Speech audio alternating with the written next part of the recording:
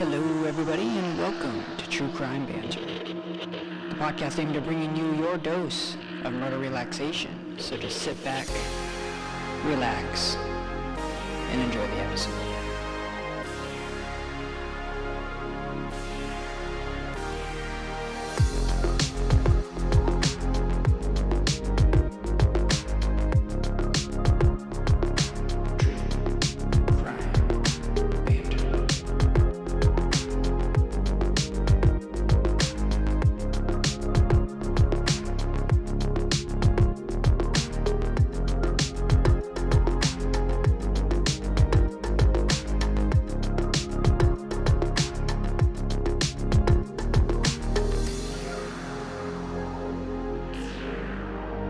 It definitely counts. Oh, that really Eye rolls galore over there. Welcome, everybody. Hi. I am on one right now. Welcome, everyone, to the Wizard of Oz podcast. I know. I kind of like it, though. Another episode of the True Crime Banter podcast. I say Wizard of Oz because if you guys are watching on YouTube, it kind of looks like the Wizard of Oz. It kind of reminds me of, I think it's a scene from The Little Mermaid, Ursula. Never heard of her. Okay, anyway. Lies. Welcome, everyone, to another episode. Welcome. Now, before we get into it, Yeah. I will be taking the lead on this one again. And I was telling you that this is a little bit of a graphic one. Mm-hmm. And Which means I'm excited. that is true. In a group chat, Again. group chat between you, myself, and my sister, she said, hey, on the Catherine Knight episode, I wish you guys warned me how graphic it was going to be. Yes. Because she said she was eating breakfast during it, and it got, again, graphic for the third time in a row. And like I was telling you, yes, we had a warning. on the Instagram. Written warning. Yes. So that I think we'll start doing verbal ones. This is the verbal one. Yeah, because some people are just driving, snacking on their burrito, their freaking Mexican pizza from Taco Bell. And if you're like, doing that right now, la. you need to stop or swallow it right now, or hurry up and finish it before we actually get into the story. Just do eat that really fast. Yeah, but before we do get into the story, I know that you got a bit of banter, yes, and some shout outs. Yes, let's cover the shout outs first. And I've got some shout outs as well. So. Oh, okay. Yeah. Well, we'll try to make this quick. Honestly, I am loving this though, because thank you to everybody who commented. And I'm going to read out some of the people that publicly commented, but there were quite a few private messages. Yes. And once again, because they are private, if you're somebody that I was talking to, if you're talking to anybody, it was me, by the way. Not always. Yeah, Yes, most of the always. time on Instagram, On Instagram, 99.9%, for sure. yeah. Then, sorry for not giving you a shout out, but I don't know if you want to be public or not, so I'm just not going to. But anyway, so on the reel, we've only done one so far, and this was Yes. for the Mandy Stavik one. Cara Joy commented on our reel, and this was our teaser, basically, kind of. Yeah. Yep, And we played the audio from this one in which a woman basically helps convict Solve a a guy. case. Yeah. Yeah. And it has a clip of her getting really excited and being like, oh, heck yeah, you know. And Cara Joy commented, she's so badass for that. She said, thanks for the shout out, guys. I was so hyped all day. I was telling everyone I knew. I'm glad we could make your day. Yeah, you Cara screenshotted that Joy. and sent it to me. Yes. That made me happy. And then this was also on the Mandy Stavik post. Somebody named April G 1234567 said, I just followed. I will check you guys out later today. And she said, Ooh. peace sign, April G. Well, So welcome. I would Hopefully love you're to checking us hear out now. April G. If you're listening to this and you've already listened to some of it, I would love to know what you have to say. Yeah. But only if it's positive. Thank you very much. And then this was, I did like what did I do? I did like a post? yeah, like a I'm short guessing? post, like kind of like it was on our page, but it wasn't like an episode. Okay. Yeah. And it was for Alyssa Mclemore. And this was a missing Indigenous woman, which I think a lot of us know again, there's I've a mentioned this problem. before. You post a lot of missing people stuff Yes. on the Instagram. And so I would this really is like on to one do of more those. Indigenous women, just saying. But this was one of the first ones I did. And the Instagram by the name of Killer Speak Official, they basically, I'm not going to read it because it's so long, but basically they commented and basically kind of backed up what I said in the whole like issue that we already know that Indigenous females have like Yeah, a not a lot super of high murder attention rate, to them. unsolved homicide rate, missing rate, like it's insane. Mhm. And they pointed out the Case Sarah Stops Pretty Places case, which is a really big one. Okay. I mean, I wish they were all big, but that one just happens to get a lot of information. But the podcast Going West, I don't know if anybody else listens to that one, but that's a really good one. And it was just really weird timing that this Instagram pointed that out, the Killer Speaks official one. Oh, okay. And Going West just did an episode on it. Oh, so cool. you guys want to go check that one out. And then on that same post of Alyssa, a Instagram handle of DC War Pony said, "Thank you for sharing this."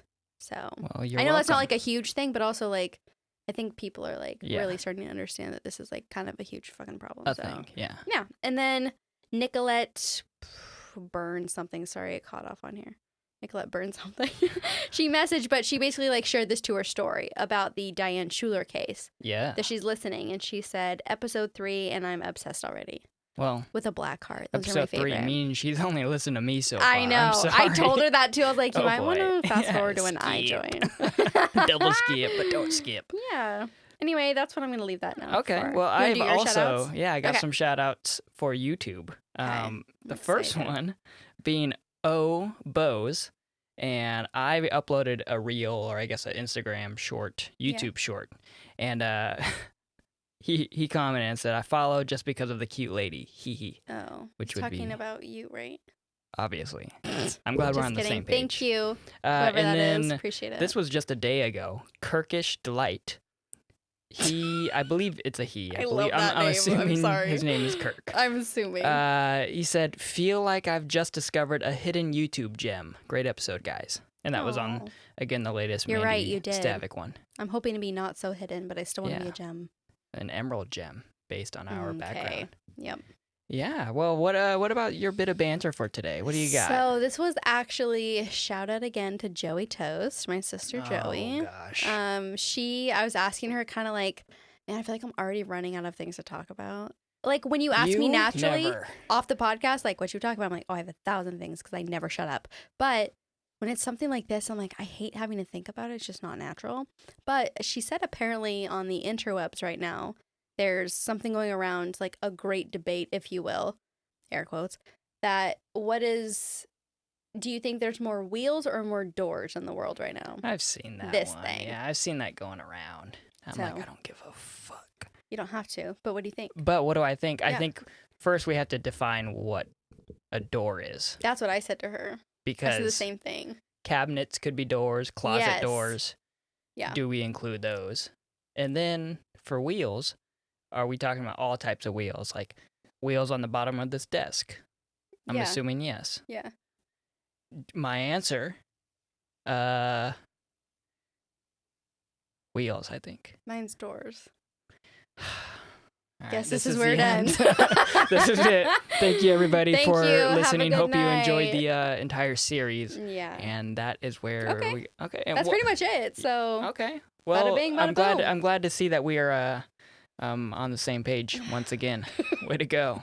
that's what keeps us interesting. That's right. Keep the fire alive. Well, That's it. that's it. Okay. Yep, so Cool. let's get into it. Let's get. Yeah. also, if you guys have bit of banter requests, feel Oh my free. God, please Send them to us. Honestly, I'll take that more than case suggestions Right. because I'm a little desperate over here. Okay. Well, I'm gonna go ahead and let's begin Okay. the episode. Excited. It's Thanksgiving weekend, 2016. Knox County officers Stephen Ballard and Jeremy McCord arrived to Golden View Lane in regards to a welfare check called in by the co-workers of Lisa Guy. What the officers found upon entering the Guy household will be baked into their memories for the rest of their lives. Let's go back to March of 1988. Lisa Guy and her husband, Joel, just gave birth to their first son, Joel Michael Guy Jr. Quite the name. Okay. Yeah. Doesn't sound familiar to you yet, though, does it? I just call him JJ. Yeah. I No, hope it doesn't actually. I feel like I know that last name Guy, but that could Mhm. just be because I met somebody with the last name Guy. I'm not sure. Or I a just guy know named that Guy, last Guy name. Gabriel. Yeah. Ooh. Oh. Quick knock it throwback. off. How about Okay. that? Anyway. So Joel Sr. Had 3 daughters from a previous relationship before meeting Lisa. And so Joel Jr., nicknamed Joel Michael, for his middle name, was his and Lisa's first child together, and the only child that Lisa ever gave birth to. So the other kids were his from a previous marriage? Correct. Yes. Okay. Yeah. So she never had any other Nope. kid besides this little guy? Yes. Okay. So this is her first child, and I brought that up because growing up, Joel Michael, maybe we'll call him JJ. Sure. As Joel Jr., so we know Yeah, the difference. thank JJ was very introverted. He was described as an outsider, distant from not just people outside of his family, but those who were part of his family as well. In fact, in doing my research for this case, I came upon a new phrase that I had never once heard of. Oh, I don't boy. know. I'm interested to see if you've heard this. Okay. And that phrase is that Joel or JJ's mom, Lisa, doted on him. Yeah, Okay. that's a thing for sure. Yeah, so basically doted is being extremely and uncritically fond of. Yeah. So kind of Like pay extra special attention to. yeah, like yeah. unconditional love to the most Yep. extent.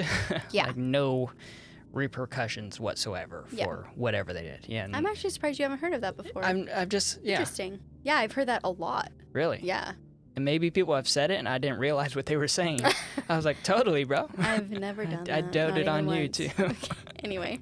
So yeah, no matter what, no matter what JJ did, Lisa was always on his side, which in many ways could be beneficial for a child to feel, I guess, the full and complete love of a parent.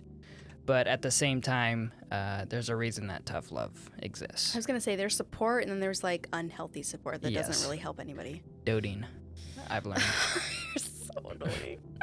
Back to the story. JJ growing up, although being the non-social outsider that he was also fairly smart. So in 2006, he graduated from the Louisiana School for Math, Science, and the Arts and went on to attend Louisiana State University, or Okay. LSU. So this school for the arts wasn't a university. No, so Was it like instead a of high special school. high school? Yes, exactly. Almost like like an a trades. alternative Yeah, yeah. almost, like for like Yep. fancy In smart fact, my people? little brother, he went to a science and math institute Which one? down in Tacoma. I was Called- going to ask which brother, but Oh. you don't have to tell me. Yes. It's okay. We can't say names on here, right? That's Okay. right. No, Boog. You know Boog. I played you his music. Okay. Okay. Okay. Gotcha. Okay. Yeah, so he went to LSU with the intent of becoming a plastic surgeon. Oh. Yeah. Okay. Big goals. Love that. Yeah, so he went to LSU. He lived in Baton Rouge, Louisiana, up until 2016, which leads us into this holiday weekend of Thanksgiving 2016. Okay. So I'm going to backtrack just a little bit, though, before we get into it. Joel Sr., JJ's dad, he was it's a pipeline engineering designer. So, not Sounds sure. fancy. Yeah. And then Lisa, his mom, worked in HR. Okay. And they made a pretty good living. Lisa in HR. Yeah, right. Yeah. They both made a pretty good living, being able to raise 4 kids into adulthood without any real issues. Mm-hmm. No poverty, no, I guess, food stamps, Yeah. nothing. You know, they were able to support all 4 kids Okay. very easily. The 3 daughters from Joel Sr.'s previous relationship, they all had their own places to live throughout the state of Tennessee, which is where this story takes place. Okay. While JJ, again, was living in Baton Rouge, Louisiana. So here is where things went a little different, though, for JJ in comparison to his 3 half-sisters. Going back to the doted on phrase, while I earlier said that JJ was enrolled in attending LSU, he actually wasn't. So he dropped out of college in 2015 and was living in his own apartment in Baton Rouge that I'm not sure you would have been able to guess so, but his parents were paying for it. They thought they were paying for school? So He was they using the knew money? he dropped out, but Lisa, being the doted onto him, Okay. was just wanted the best for her child always. And so he wanted to live on his own in Baton Rouge, no longer going to school at LSU. So instead of saying, okay, well, you better get a job and figure out how to pay rent there, what they did was Lisa went back to working more so she could afford to help pay for his. Oh my God, no. Yeah. I already hate working. I am not working more for Extra. your spoiled ass. No. Yeah. Nah. So JJ, he was practically freeloading off of his parents. Wait, I'm so sorry. Really quick. Yes. Does the dad know? Yes. Okay. Yeah. I'm just wondering if it's like a secret from the dad or No, something. no. Okay. No, it was a very And the well-known dad's just thing. chill with the mom working more. It is, 'cause yeah. of this? It kind of is what it is. You'll see here shortly that he does, I guess, step in or take control. Okay. All right. Sorry. So go ahead. JJ, he's freeloading off of his parents' income into his late 20s with no real future plans to bank on. The problem, though, is that although JJ did not have any plans for his future, his dad did have plans for their own future. So his mom and his dad. So leading up to 2016's Thanksgiving, Joel Sr. and Lisa Guy announced to all 4 of their children that they were planning on retiring. And How old were they at this point? 50, I want to say the mom was 54 and the dad was 61.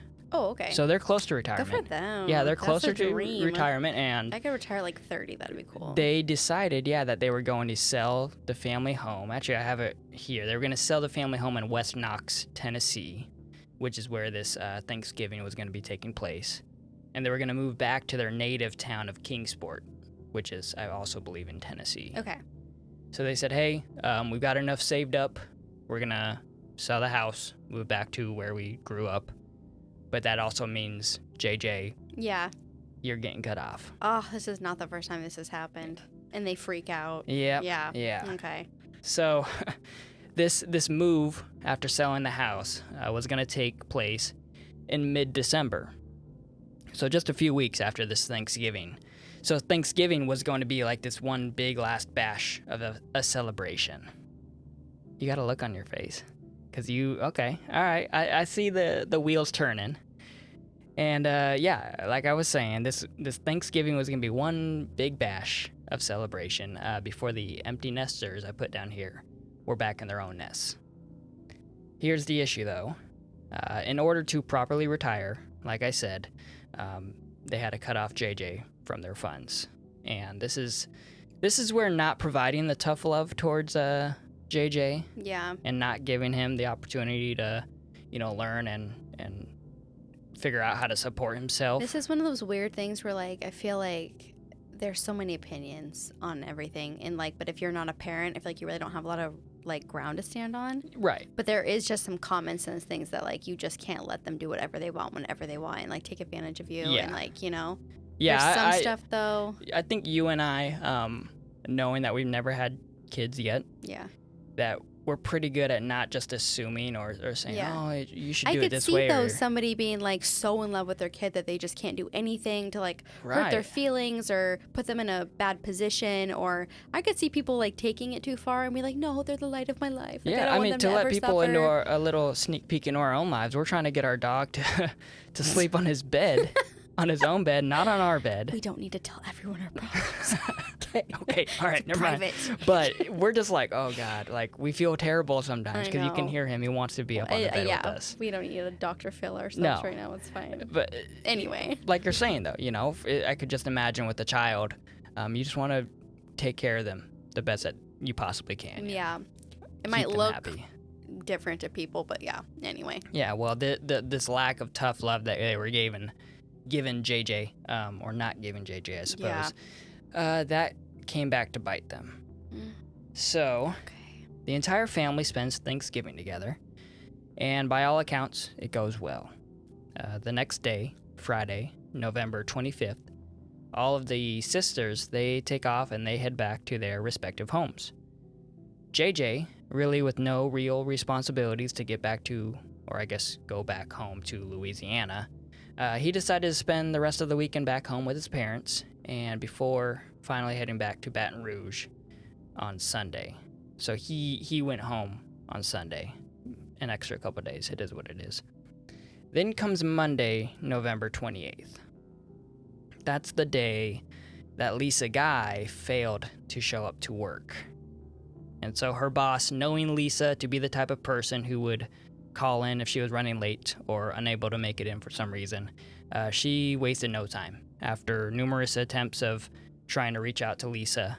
She got a hold of their daughters to see if their daughters could get a hold of Lisa. I love hearing this stuff. Like employers or employees that are just on top of it, like they know their coworkers. They just know something's out of place. When you got a gut feeling, you gotta follow it. Sometimes, unfortunately, it's too late, you know. But like, I love hearing that like people are being held accountable Proactive and like, too. Hey, I know this person. I've been with them for years. This isn't right. You know, there's no reason if to it wait. wasn't for a lot of these people that are like this, you know, it probably would hinder investigations and stuff. Absolutely. Yeah. So after numerous failed attempts to get a hold of Lisa and Joel Sr., she called the police and requested a welfare check on the couple's home. Okay. That's when Knox County officers, Stephen Ballard, so Stephen Ballard is the first responding officer. Okay.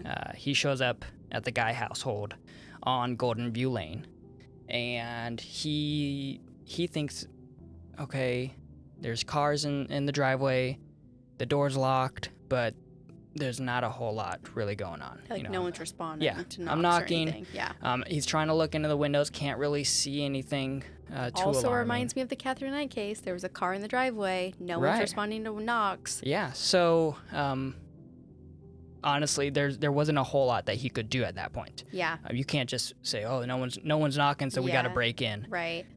So the police are like, well, it is what it is.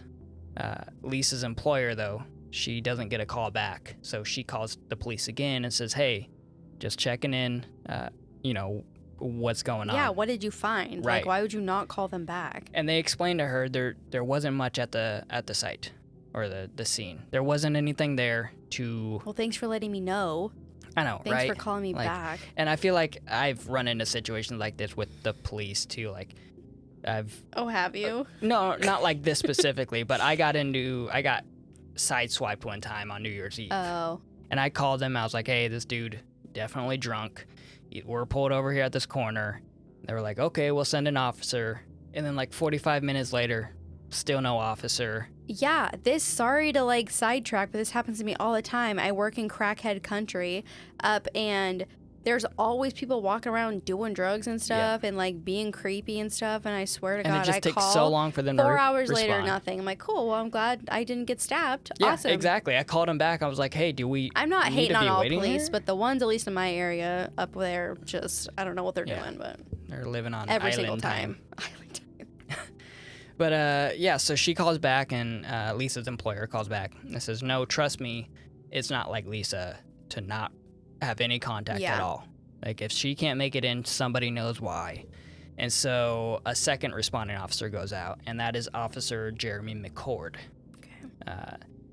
He gets there, and like I said, the doors are all locked still. There's cars out front, and they're looking around, and they're kind of inspecting, and there's a couple of things that are like a little weird, a little different. Yeah. They go to the backyard, and they can see that the door handle to the back door is missing. They didn't see that the first time? So I don't think the first guy did a full inspection. Awesome. Love that. Right. I don't think What does welfare mean? You just walk up and like, well, the grass looks green. I'm going to go home. Possibly. What is that? Yeah. Anyway. I would love to know. But yeah, so they go around and they see that the door handle to the back door, the door knob, is completely gone. So it's just a hole where you can see through the door. And did he look through it? So he looked through it. And this is, there's a lot of correlations between this and Catherine Knight. The really mail weird. slot that yeah, they I looked didn't through? even think about this. So they looked through it, and there was a few things that they noticed. One, weird like heat coming off from inside. Okay. 2, someone's baking cookies. Yeah. 2, they heard a dog like Aw. barking upstairs, or it was in the house. Yeah. Clearly not downstairs. Yeah, probably couldn't get down there. And then 3, there were grocery bags on the floor near the front door that you could not see at all from the front windows at all. Okay, because they were like probably down or whatever down below. Okay. Now, I already told you that originally they didn't think anything was wrong, but upon further inspection, they're like, okay, Yeah, there's like 4 things weird. Yeah, something's a little weird here. Yeah. So they're like, we gotta do something. We gotta find a way in. Like, we have enough I guess, cause or reason to be like, we need to enter the home and figure out what's going on. I'd rather have somebody be mad at me that I'm in their house trying to save their life. Yeah. Than somebody, you know what I mean? Yep. And like they then don't something need happening, help. but Exactly. you're just like, sorry, I can't go in. My bad, I was doing my job. So that's when they're kind of looking around. They're like, how are we gonna get in this house? Pretty much. Well, there's a missing door handle, so. Yeah, but I mean, you would think, just unlock, but I guess they couldn't like unlock the back door. Can't fit it's their not hands always or that whatever simple, I it guess. is. Okay. But by sheer luck, they are looking at the cars in the driveway. And they see a garage door clicker. opener. Yeah. And the car was unlocked.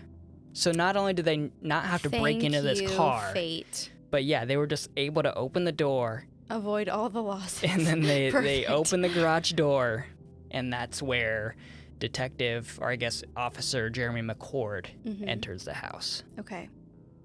So now I'm gonna turn my laptop around. I'm gonna have you watch this video. If you guys are watching on YouTube, you'll see the video as well. If you're listening on the podcast, you'll be able to, I guess, listen to what he has to describe. So this is Detective or Officer Jeremy McCord. Okay. Initially, when you go through the garage door, it's like an eat-in kitchen.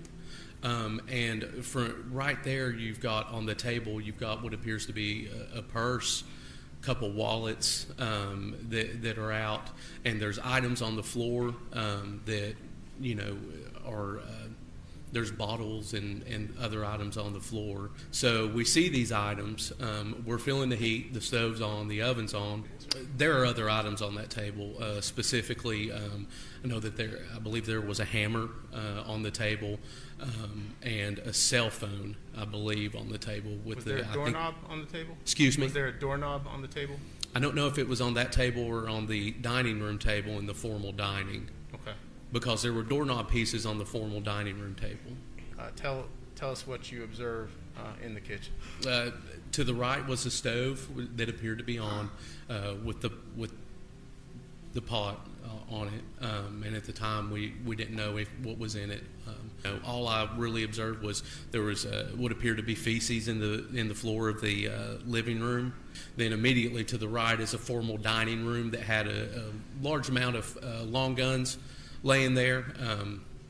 I think there was a red velvet cake at the end of the table. There's nothing downstairs that I'm observing that makes sense to me. Once we get upstairs, it's like the world does a 180. Okay. Everything gets turned upside down. I observed what appeared to be clothing and sharp instruments and some kind of bucket. I don't know what it was. It was a bucket. There was something else present with the clothing and what appeared to be reddish-brown staining on the floor, the wall. It's going all over the place. And you can see straight down the hall, and I saw hands not connected to a body. It's gut-wrenching, and it's something that I've never experienced before. When you go in, there was like plastic drop cloth type material or something, a roll of plastic on the bed, and I remember the bed was made. And before we get into the bathroom, the materials that were on the floor that we've seen in the pictures thus far, a wide array of tools and lights and such. Did that alarm you at all as a law enforcement officer? How did you perceive seeing those items on the floor? I had absolutely no idea what I was walking into. I went in the master bathroom, and the only thing I saw were two tubs with what appeared to be body parts liquefying. I'll never get those smells out of my head or my dreams. Okay. And at some point, do you have cause to inspect the contents of the pot? Yes, the contents of the pot. It was determined that there was a head, a severed head in the pot.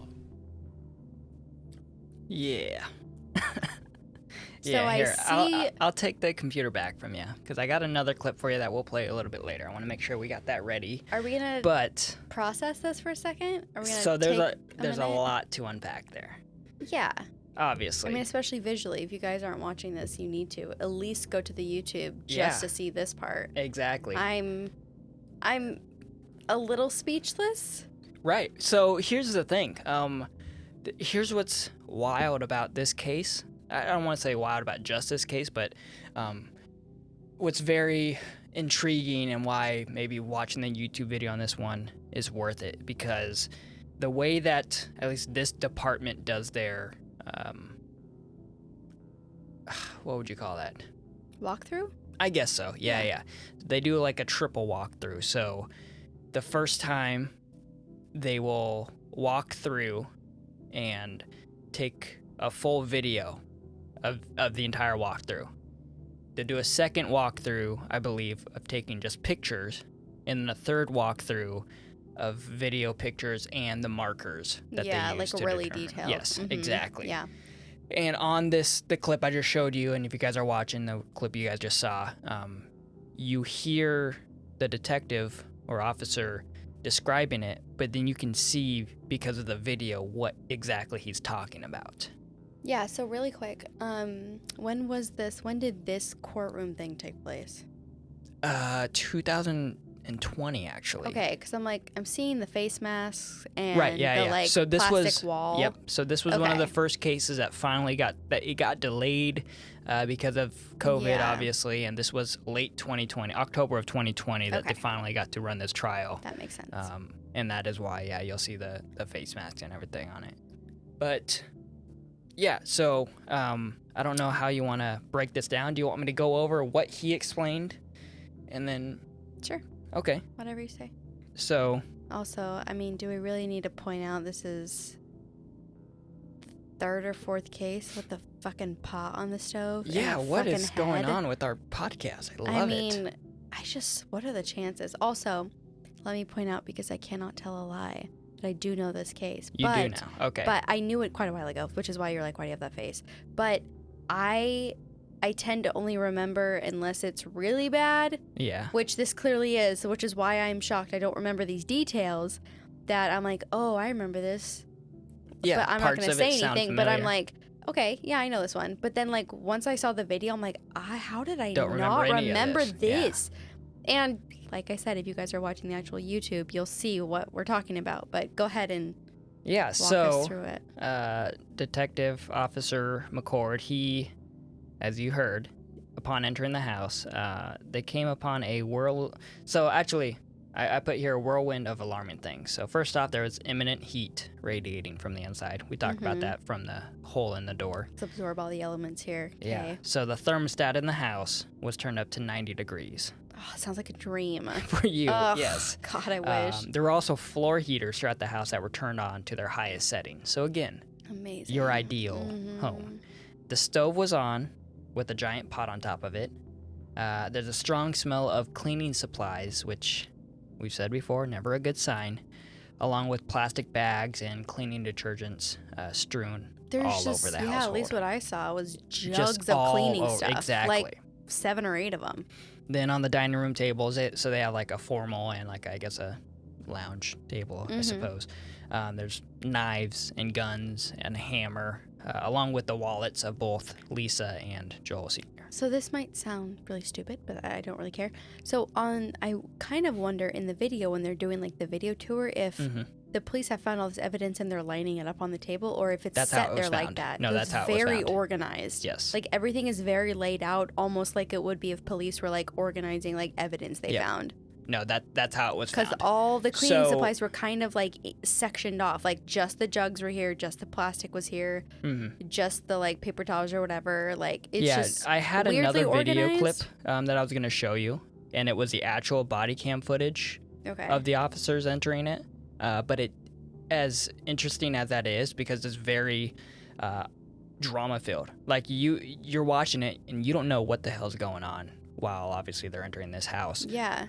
Well, it's their point of but- view. They don't know what's right. going on, so you don't know what's going on. But the video I showed you, I think, explains it a little more in detail of what, because it's the actual officer, and so he's able to describe it, and you can actually see every little detail. But yeah, they didn't line these things up. That's how they found it. So yeah, usually you don't see that. Yeah, and so back to what I was saying. Exactly that. He had things lined up on the dining room tables. Yeah. I mentioned the wallets of both Joel Sr. and Lisa. And as Officer McCord described, upon going up the stairs, there was blood marks and spatter, and as he walks down the upstairs hallway they describe it as an exercise room. So there's like a treadmill, a Bowflex in there. He sees 2 hands laying there, severed, not connected to a body. Yeah, that's a little... But they were right. I mean, downstairs was, what did he say? Once we went up the stairs, it looked like everything had been turned upside down or something. Like, that is exactly what the footage looks like. It's the upstairs and the downstairs, both containing horrible things, but look very different. Very different, horrible things, yeah. There's like a pile of clothes strewn out. Like, it just looks chaotic up there. And at that point, once they saw the severed hands, immediately they knew it was like a crime scene. Right. So they called for backup, they called for forensics, and that's when they continued to clear the household as if there might be danger imminent. And in the master bathroom is where they find the 2 large bins. You saw them on the video, full of some sort of cleaning solution and a mangled mess of body parts. It was kind of hard to tell what the container was. They definitely had it blurred out whatever was in it, which we now know as the human remains, but it almost looked like a blow-up pool, like a kiddie pool or something. No, it was like, just think of it as your large plastic containers for like moving. Once we actually have similar to like these hefty boxes. The way that it was filmed, at least to me, it kind of looked like a big kind of shallow. It kind of looked like a kid blow-up pool or something. Well, it was huge. 2 of them side by side. Oh, maybe that's what it was. Okay. Yeah. So they found I can't remember. It was like a demented stew of body parts is how they described it or something. You're gonna see if you search this case afterwards. That's how a lot of people will describe it, as like a demented stew. He turned their body parts into stew, because obviously there's stuff with the stove, and then that's how the officers describe these boxes of, or I guess bins filled with body parts. And upon further inspection, as McCord stated, they did look into the pot on the stovetop downstairs, and sure enough, it was a severed head simmering. Man, did you see that little lasagna thing next to it? It was a Stouffer's lasagna box next to the pot, and I was like, fingers crossed, they just cooked lasagna really weird in the pot. I was fucking hoping, but I was wrong. You were wrong. This, unfortunately, was the head of Lisa Guy. And upstairs in the exercise room was the hands of Joel Guy Sr. And in those buckets in the master bathroom was the remaining body parts of both of their bodies. So now, obviously, the question is, who did this? And why did they do it? And to the investigators' own surprise, there was another item that got left at the Guy household. And it told them everything they needed to know. Can I guess? Is this guessing time? Sure, yeah. A cell phone? Close. Laptop. iPad. Actually getting closer and closer. Just it was computer? a notebook that Joel Michael Guy like Jr. an old school handwriting notebook? Yes. Oh, those are pretty outdated. He left it there before he went home on Sunday. And in that notebook were notes. Did he leave his backpack behind too? A backpack? I think I remember that. Yep. Okay, go ahead. Yeah, so in that notebook, not notes, it was actually a list of things. A list of things that he wrote down in preparation for his holiday trip back home. Please just tell me. Keep going, please. So that list consists of not just what was to happen, but also why. Okay. And you know what? Instead of me telling you, I'm going to let the trial tell you. Okay. Get killing knives, multiple. Get carving knives to make small pieces. Get sledgehammer, crush bones. Bring blender and food grinder. So I'm going to pause that real quick. You're going to so the way he's listing what he needs to get. Yeah. And then next to it, he's writing down what it's going to be used for. Got it. So we'll continue. And this is... just in case he forgets his own... Right. Like, whatever. Yeah. I mean, I'm glad, but, whatever. Grind meat. Keep going. Get bleach, denature proteins. Get plastic bin for denaturation process. Keep going. Does not matter where they're killed. Just get rid of bloody spots to prevent evidence of time of death, not the mattress or the couches. Get rid of bodies inside house. There and my DNA already there. Next line. Flush chunks down toilet, not garbage disposal. Get plastic sheeting for disposal process. And then the part that's crossed out, get hollow point bullets just in case. Will be seen buying bullets, just use computer room gun. Check to make sure there are bullets. Last resort. He's not alive to claim her half of the insurance. Money, and then an arrow, all mine, 500,000. Flood the house. Covers forensic evidence. Turn heater up as high as it goes. Speeds decomposition. Bleach reacts with luminol, just like blood. Douse area with bleach. Big sprayer. Lie. Trash compactor. Body gives time of death. And an arrow, alibi. Yeah, so safe to say that the police were able to put two and two together. And they think they got their guy.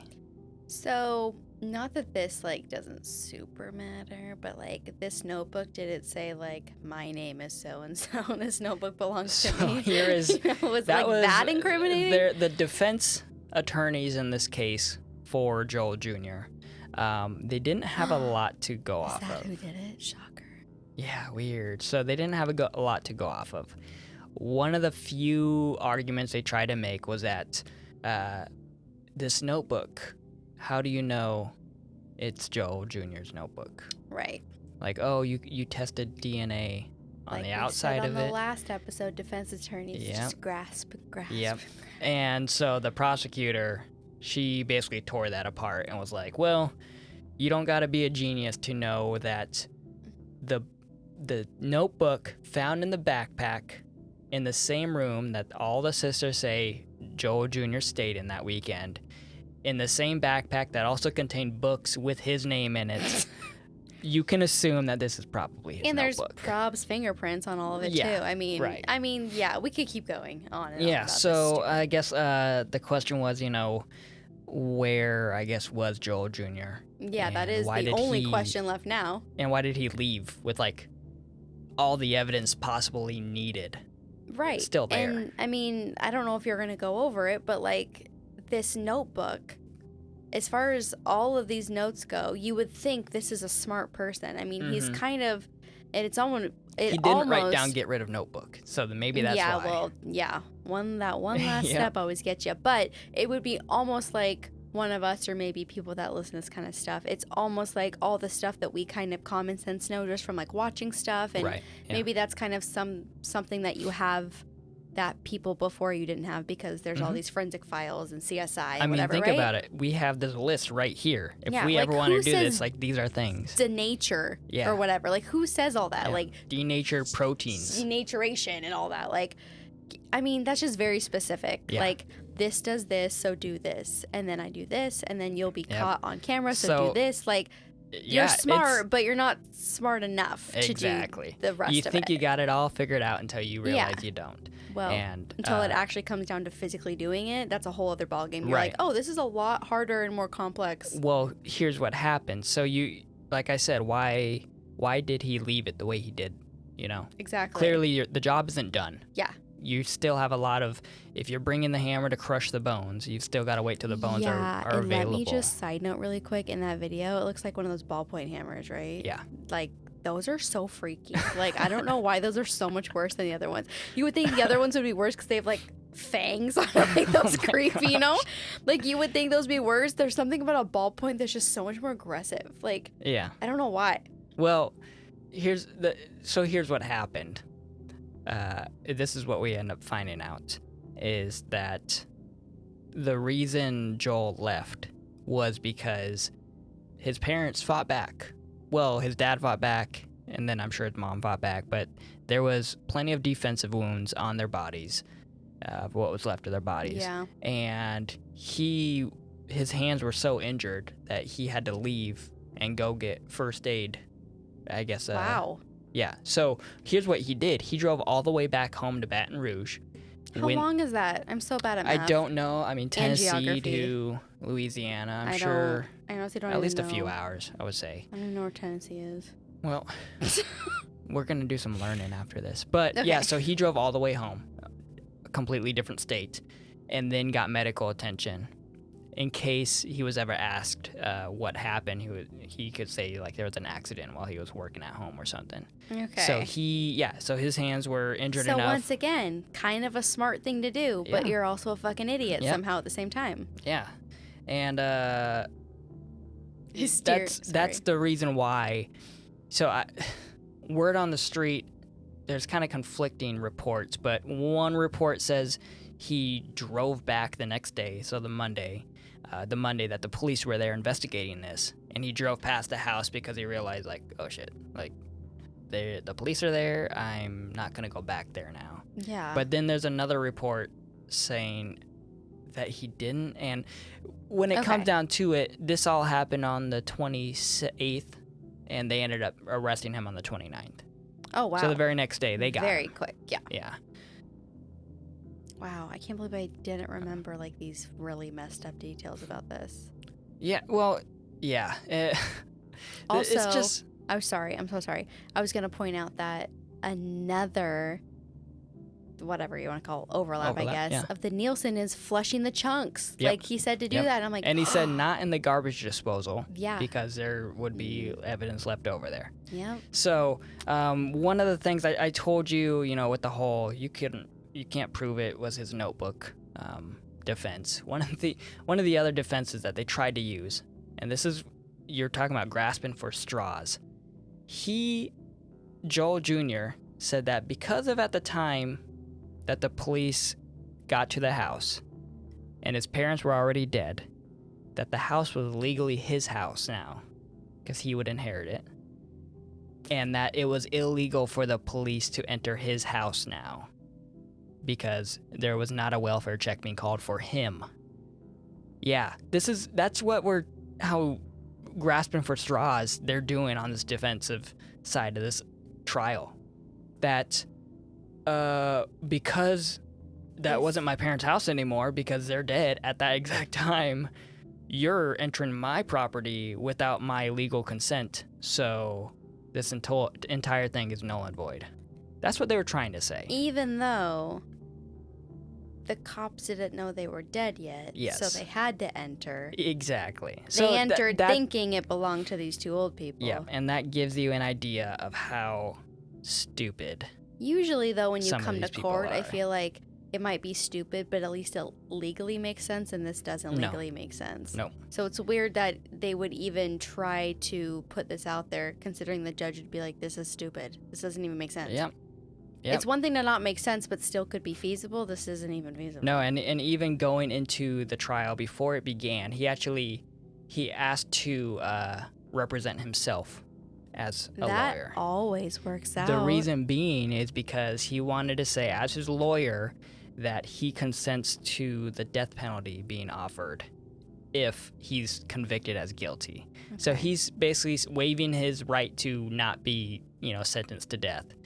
Basically And then- saying, if and you then convict he me, ca- I want you to kill me because I'm a piece of shit. And then he can appeal and say, I didn't have proper representation. Yeah, exactly. Because it was So, yeah, the judge eventually says, I'm not going to grant you that ability to waive your right to the death penalty or something Maybe he unless also you have wanted, a lawyer. Yeah, maybe he also wanted to save some of his inheritance and not have to waste it on a lawyer in case he So, got out. that's the funny thing. So we'll, basically, the trial, it only lasted 4 days.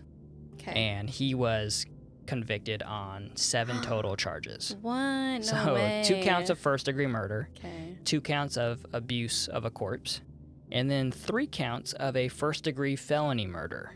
Is which, there something that is higher than abuse of a corpse? Because I feel like this is a little bit further. They're This. like, can you do that times like 7? Like, I feel like that's what this is. Like this is beyond all that. caps abuse of a corpse. Yeah, this is a lot. Yeah, This is a lot. and then like I said, 3 counts of first-degree felony murder, which I didn't know there was a difference. But apparently, a felony murder is when you're committing a murder while committing a separate felony. Okay. So the first felony murder was him killing his mom Okay. while having murdered his dad. So that's a separate felony. So he's committing murder while separate. So simultaneous murder. Right. And then the other 2 counts of felony murder are killing both his mom and dad while committing robbery. Because here's what he did after he killed his parents. Okay. So after killing both of his parents, which, by the way, the order of killing his parents went, his mom went to the store, he killed his dad, and then as soon as his mom got back from the store, he killed her. Hence the not to groceries on the sound ground. disgusting, but the whole, like, get rid of the threat first. Yeah. Usually the dad or Yeah. the male, whatever. He then went into their credit card or bank accounts, hence the wallets spread out on the table, and prepaid $10,000 worth of rent for him back in Baton Rouge. So he was like, I still need to live rent-free. He's like, I need to So buy me some dumb. time until I get this life insurance money. You really, okay. Well, I mean, And okay. it's wild. We only heard a short portion of this notebook. So further into this notebook, he talks about the details of his parents' bank accounts and their, I guess, funds and who's supposed to get what from his sisters to him, and how he's got these joint accounts that because obviously it's his mom, it's not his sister's mom. Can I say something really quick? Yeah. Has nothing to do with this part at all, but I feel it's important that if you were to see this guy in court, Oh my gosh. I don't know what he looked like at the time of the killing, but in this video that you subjected me to, I had to look at his face. Still a little bit nauseous, but he looks like a chubby Pee Wee Herman. Absolutely. It's the weird glazed over eyes. Yeah, And there the is a pale, photo of him weirdly too. wet looking face. Like, he looks clammy. Yeah, and there's a photo of him, and I can't figure out what it was. Half of his face is like super swollen. Yeah. He that's looks like a thin face, but then all of a sudden it's like a fat face on the other side. Weird. And you could tell something is going on I there. mean, he's not like a small dude, you know? No, Like, he's no. a little bit of a thick boy, but it's the face, man. Like, why did your skin look like that? Yeah. Not like, oh, you have acne or something, or like a deformity, but it's like, No, it is like looks slimy. like clay almost Yeah. or something. I'm like, wow, you already looked very unsettling, and then Yeah. you add this weird skin thing going Like, on. what is wrong with Can't you, bro? even make it up. Okay, go Yeah. ahead. Just setting the tone for you guys. Well, yeah. I need you So- to visualize that while you listen to this. Yeah, this piece of shit. need He you to be on decided my to level right now. steal $10,000 worth of money for rent. And then, like I was saying, he was very detailed into, he knew all of the funds of his parents and where houses were going to be going if they were to die. And Do you think his mom told him? Do you think he just asked her I'm one sure. day, or Yeah, like yeah. was like discreet, like, hey, right. if you guys were to be murdered and boiled in a pot, like, who would your house Yeah, go to? I mean, no, he was like, this house would go to him, but originally he was going to flood it and then try to burn it down, I guess. and to get make insurance or something. But, well, yeah, obviously life insurance on his mom's side, and then split the stuff from his dad with his sisters. But why would you destroy the house? So, because to- evidence. he, and yeah, stuff? so he wanted yeah. to make it look like his dad committed the murder and then killed himself. Oh. Or burnt the house down, whatever it was. So he was really trying to go after the other stuff. Yeah. Okay. Yeah, and he said, This I is what would I'm I would inherit the house, but the house would likely be worth nothing. So I would possibly inherit the house they were going to move to, but my aunt still lives there, so that's worth nothing too. So he was breaking down all of This this is what to, I'm like, talking about, where he's like smart but not. Yeah. Yeah, no, exactly. Okay. Anyways, like I Weird. said, eventually he got convicted on all 7 charges that he was Good. charged for. The autopsy of both bodies showed that his father, Joel Guy Sr., was stabbed or cut at minimum 40 times. Wow. And then Lisa was stabbed or cut at minimum 30 times. Dude. And I say at minimum because the autopsy gal, she's like, based on what was left of the body, this is just what I was able to find. Yeah, who knows, right? Yeah. What else? Dude, your mom was like the only one that liked you. Like, really? You gonna do that to her? Right? Really? Exactly. So his dad was dismembered at both wrists, which is why the hands were on the ground in the exercise room. He was dismembered at both shoulder blades, so no arms. And then at both hips to remove his legs from his torso. Was this before or after the plan to frame his dad? He was gonna just chop off the dad's legs and be like, yeah, I guess my dad did it to himself. That's where possibly burning the house down afterwards was hopefully going to be leaving no trace of his dad anywhere. So this because remember he had was... plans on melting or disintegrating them, breaking up the bones. There was going to be no trace of them left over at all.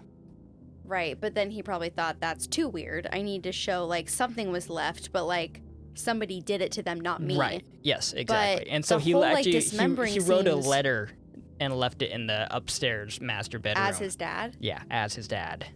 That said, I had a good run or something like that. So he was going to burn the house down or flood it, but he was thinking that this letter was going to survive the flood and the fire. Again, this is what I'm saying. You're such a smart dude, but then you're making no sense. Yeah. Okay. And then also for some reason, he cut off his dad's foot at the ankle. This is what I'm saying. Like, I'm wondering why the extra dismembering. Yeah, well, people... Did you just always want to do this? I guess growing up, I don't know. Honestly, right? I don't know. Yeah. His mom, she was also dismembered at both shoulder blades. So that's how he removed the arms from the torso. Because think about it, he's trying to get these entire bodies to fit in these little plastic bins. Right. So, and then instead of cutting her out at the hip, he cut her at her knees. Because I guess she was small enough that if you just cut her at the knees. Okay. And then, obviously, her head was severed and removed. Yeah, like, once again, your mom was your only friend. Like, I feel like you would be doing all this extra stuff, like, just to your dad or something. Yeah, I'm not really sure. Obviously, we're not psychologists, we're not psychiatrists, I understand, but we always want to know the why. But really, you know what, though? The why in this case seems money-wise. It could be because, I mean, he's been coddled his entire life, and all of a sudden you're going to cut me out. And Mom, you're supposed to be the one person that's always protects me. Yeah. And that's why maybe he was even more angry with her. And who knows what kind of talk they had when he went back this time, right? Yeah. They probably had a whole, like, hey, just so you know. Yeah, when that whole retirement talk was brought up. Hey, this December, we're going to be moving back. You know, why, what was said. You know, exactly. So, eventually he was sentenced to 2 consecutive life sentences with the ability for parole. But he won't be eligible for that for like 100-something years. Yeah, like why did they even put that in there? Yeah, and I put that in there because, and obviously people put that in there because that's what it was. You're talking about why the courts put that in there. Yeah. Yeah. It's always like... I think of it like a slap in the face to this guy because he originally said, you know what, I'm going to let you give me the death penalty. Basically saying, just take me out. Like, I know I did this. If you find me guilty, please give me the death penalty. And the courts were like, yeah, we're not going to... Like, we'll give you that option, but the prosecutors are saying they don't want to go for that. Also, if he was smart, like, he seems like he is 3%. Like, I can't really tell with him. But he would know that death penalty rarely ends in actually an execution. Right, yeah. But How also, long are you on death row? Yeah. But it kind of reminds me of when people are like, you get 379 years. And, like, where does that number come from? Just say life. I think it's just, right. It's weird. Yeah, but, I mean, I think with technology, no. I was going to say they could live forever. Oh, my God, shut up. No, I think it has to do with the, by the book. Hey, this is a quote-unquote life sentence for murder, and you did it twice. Wow. Yeah. Well, obviously, I'll definitely be posting pictures of this because I feel like everyone needs to be subjected to this man's face. Just I remember when this happened.